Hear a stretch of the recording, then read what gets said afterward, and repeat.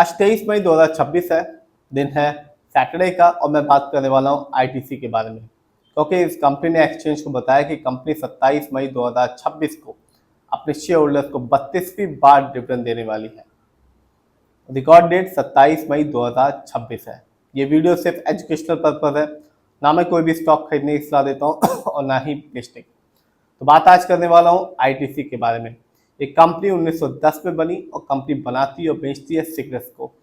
Company ने exchange को बताया कि कंपनी 27 मई 2026 को 32वीं बार अपने शेयर होल्डर्स को डिविडेंड देगी, हर एक शेयर के बदले में 8 रुपए का। तो जिसके बाद भी इस कंपनी के शेयर की अच्छी खासी क्वांटिटी होगी, उसे एक अच्छा खासा बेनिफिट देखने को मिलेगा। ये भी बता दूं, ये साल में दूसरी बार होगा जब कंपनी अपने शेयर होल्डर्स को डिविडेंड देगी। इससे पहले भी एक कंपनी यानी कि आईटीसी अपने शेयर होल्डर्स को डिविडेंड दे चुकी है। देखते हैं इस कंपनी के शेयर प्राइस को और रिटर्न को। इस कंपनी का शेयर प्राइस जब लास्ट फ्राइडे को 3:30 बजे जब मार्केट बंद हुआ तो इस कंपनी का शेयर प्राइस था 301.70 रुपए का, और लास्ट फ्राइडे को इस कंपनी के शेयर में गिरावट देखने को मिली जो कि 2.06% की। लेकिन मैं हमेशा कहता हूं कि आप लॉन्ग टर्म रिटर्न को देखें, तभी किसी भी कंपनी में अपना पैसा लगाएं।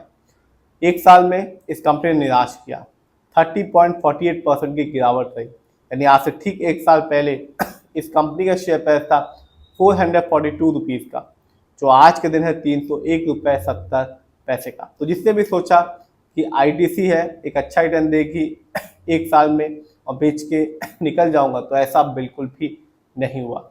लॉन्ग टर्म में भी इस कंपनी ने अपने शेयर होल्डर्स को वैसा रिटर्न निकाल के नहीं दिया जैसा एक शेयर होल्डर्स को उम्मीद थी आईटीसी जैसी कंपनियों से। इस कंपनी ने सिर्फ 5 साल में 44% का रिटर्न निकाल के दिया। यानी आज से ठीक 5 साल पहले इस कंपनी का जो शेयर प्राइस था वो था 213 रुपए का, जो आज के दिन 301.70 रुपए का। तो बहुत मालामाल इस कंपनी ने रिटर्न के मामले में नहीं किया। एक साल में तो निराश किया और 5 साल में सिर्फ 44% का रिटर्न निकाल के दिया। तो लोग सोचते हैं कि कभी कभी अच्छी कंपनी में पैसा लगाएंगे तो कंपनी लॉन्ग टर्म में माला माल कर देगी, तो ऐसा बिल्कुल भी इस कंपनी ने तो नहीं किया। देखते हैं इस कंपनी के स्टॉक के परफॉर्मेंस को। तो एक साल में इस कंपनी का जो हाईएस्ट शेयर प्राइस गया वो था 444 रुपीज़ 15 पैसे का, जबकि एक साल में इस कंपनी का लोएस्ट शेयर प्राइस आया 287 रुपीज़ का। लेटेस्ट न्यूज बता चुका हूं कि कंपनी 32वीं बार अपने शेयर होल्डर्स को डिविडेंड देने वाली है 27 मई 2026 को, हर एक शेयर के बदले में 8 रुपए का।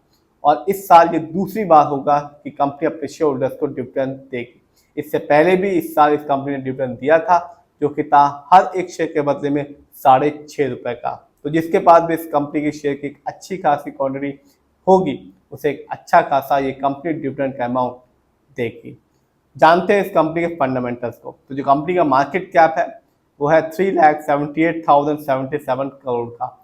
ये कंपनी लार्ज कैप की है क्योंकि मार्केट कैप 20,000 करोड़ के ऊपर का है।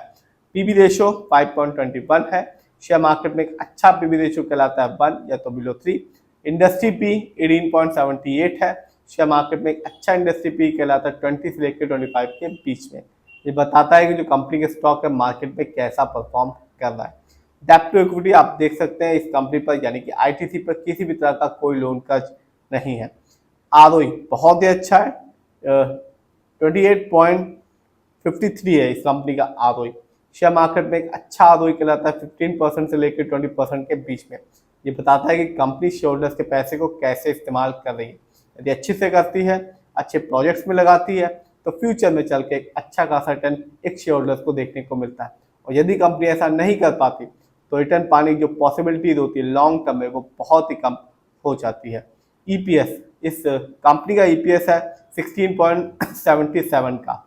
शेयर मार्केट में एक अच्छा ईपीएस कहलाता है 80 और से ज़्यादा का। ये बताता है कंपनी लास्ट 12 महीने में कितना कमाया। डिविडेंड यील्ड 4.81%, बहुत ही अच्छा। शेयर मार्केट में एक अच्छा डिविडेंड यील्ड कहलाता है 2% से लेकर 6% के बीच में।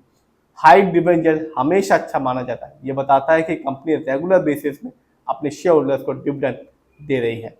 देखते हैं इस कंपनी के फाइनेंशियल परफॉर्मेंस को। तो जो कंपनी का रेवेन्यू रहा मार्च क्वार्टर में वो था 24,407 करोड़ का, जबकि 2025 में इस कंपनी का ईयरली रेवेन्यू था 77,853 करोड़ का।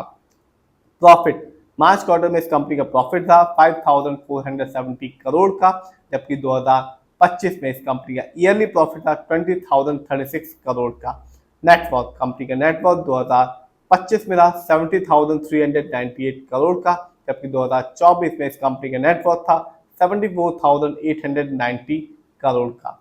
देखते हैं किसका कितना पैसा इस कंपनी में यानी कि आईटीसी में लगा हुआ है। तो प्रमोटर यानी कि इस कंपनी के ओनर्स जिनका पैसा इस कंपनी में लगा हुआ है 34.83% का। DII जिनका पैसा इस कंपनी में लगा हुआ है 32.93% का।